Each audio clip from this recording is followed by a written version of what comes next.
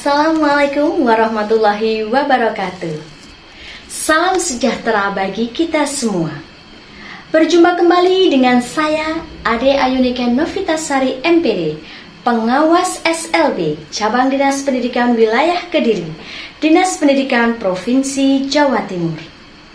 Di kesempatan kali ini, saya menampilkan video praktik baik dalam pendampingan sebagai syarat mengikuti Jambore GTK 2024 kategori GTK Dedikatif sebagai pengawas Dikmen dan Diksus.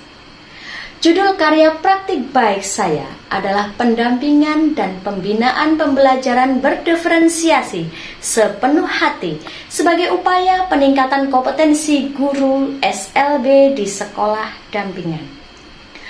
Untuk lebih jelasnya bagaimana saya melakukan praktik baik pendampingan dan mendedikasikan diri di dunia pendidikan, mari kita ikuti video selanjutnya.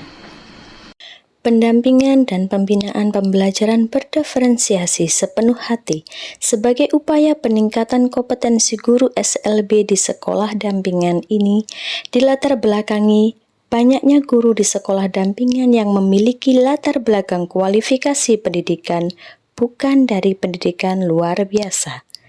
Hal ini menyebabkan kurang maksimalnya kegiatan pembelajaran dan pemberian layanan pendidikan bagi anak berkebutuhan khusus. Karena minimnya pengetahuan guru tentang anak berkebutuhan khusus, bagaimana karakteristik anak berkebutuhan khusus, dan layanan pendidikan diferensiasi yang sesuai dengan kebutuhan anak. Maka perlu kiranya dilakukan pendampingan dan pembinaan pembelajaran untuk meningkatkan kompetensi guru di SLB sekolah dampingan. Pendampingan dan pembinaan pembelajaran guru yang dilakukan banyak menemui tantangan, di antaranya banyaknya jumlah lembaga dampingan dengan karakteristik satuan pendidikan yang berbeda atau diferensiasi. Kesemuanya memerlukan pendampingan dan pembinaan pembelajaran guna peningkatan kompetensi gurunya. Kegiatan pendampingan tidak dapat dilakukan hanya dalam waktu sebentar, sehingga memerlukan kegiatan pendampingan dan pembinaan yang berkelanjutan. Dalam kegiatan pendampingan dan pembinaan, perlu adanya kolaborasi dari seluruh warga sekolah di tiap satuan pendidikan untuk mendukung keterlaksanaan kegiatan. Dan pendampingan dan pembinaan pembelajaran berdiferensiasi ini menggunakan strategi sepenuh hati yang merupakan akronim dari kata se untuk kata semangat yang artinya semangat melakukan pendampingan. P untuk kata peduli, artinya bahwa kita peduli dengan pendidikan anak berkebutuhan khusus. Nuh untuk kata memenuhi. H merupakan harapan, dan dua kata ini digabung menjadi memenuhi harapan satuan pendidikan sekolah luar biasa. Bahwa dengan adanya pendampingan terjadi peningkatan kompetensi guru, dan T adalah kata terakhir, yaitu untuk empati, yang artinya kita akan memiliki sikap empati, menyadari perasaan, kepentingan, masalah atau kesusahan orang lain.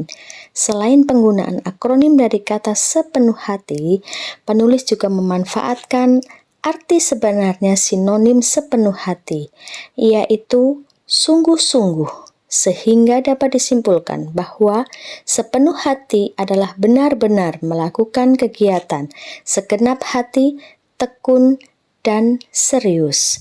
Artinya, kegiatan pendampingan dan pembinaan yang dilakukan oleh penulis dengan sepenuh hati, dengan kesungguhan, segenap hati, tekun, dan serius. Kegiatan pendampingan yang dilakukan pengawas dengan berbagai cara dapat dilakukan secara tatap muka, mendatangi lembaga satuan pendidikan sekolah dampingan, maupun melalui dunia maya atau kegiatan secara daring atau dalam jaringan. Sebelum melakukan kegiatan pendampingan, pengawas mengawali kegiatan dengan melakukan analisis kebutuhan pendampingan dan pembinaan pembelajaran melalui wawancara dan observasi. Selanjutnya, pengawas melakukan pemetaan kebutuhan dan menyusun program pendampingan sekaligus dengan jadwal pendampingan. Pengawas juga menentukan metode pendampingan yang berdiferensiasi sesuai materi dan kebutuhan lembaga satuan pendidikan. Ada kalanya pendampingan dilakukan dengan metode training, di mana di kegiatan tersebut pengawas melakukan pendampingan di komunitas belajar, mengajarkan strategi pembelajaran yang dapat dilakukan guru saat melakukan kegiatan pembelajaran bagi anak berkebutuhan khusus.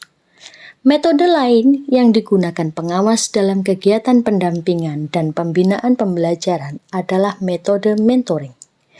Pengawas pendamping memberikan saran dan contoh, juga praktik penerapan pembelajaran. Metode coaching juga digunakan oleh pengawas pendamping saat ingin memberdayakan seorang guru untuk mengungkapkan potensi guru tersebut. Tidak jarang pula pengawas menggunakan metode facilitating untuk memberdayakan satuan pendidikan.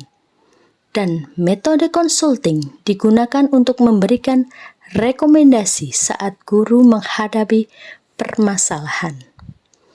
Dari semua kegiatan pendampingan yang dilakukan penulis dengan menggunakan berbagai metode pendampingan pembelajaran berdiferensiasi telah dilakukan dengan sepenuh hati. Dampak dari adanya pendampingan dan pembinaan pembelajaran berdiferensiasi sepenuh hati sebagai upaya peningkatan kompetensi guru SLB di sekolah dampingan diantaranya bagi anak mendapatkan layanan pendidikan yang sesuai kebutuhan secara individu, tumbuh dan berkembang potensi, bakat, dan minat anak.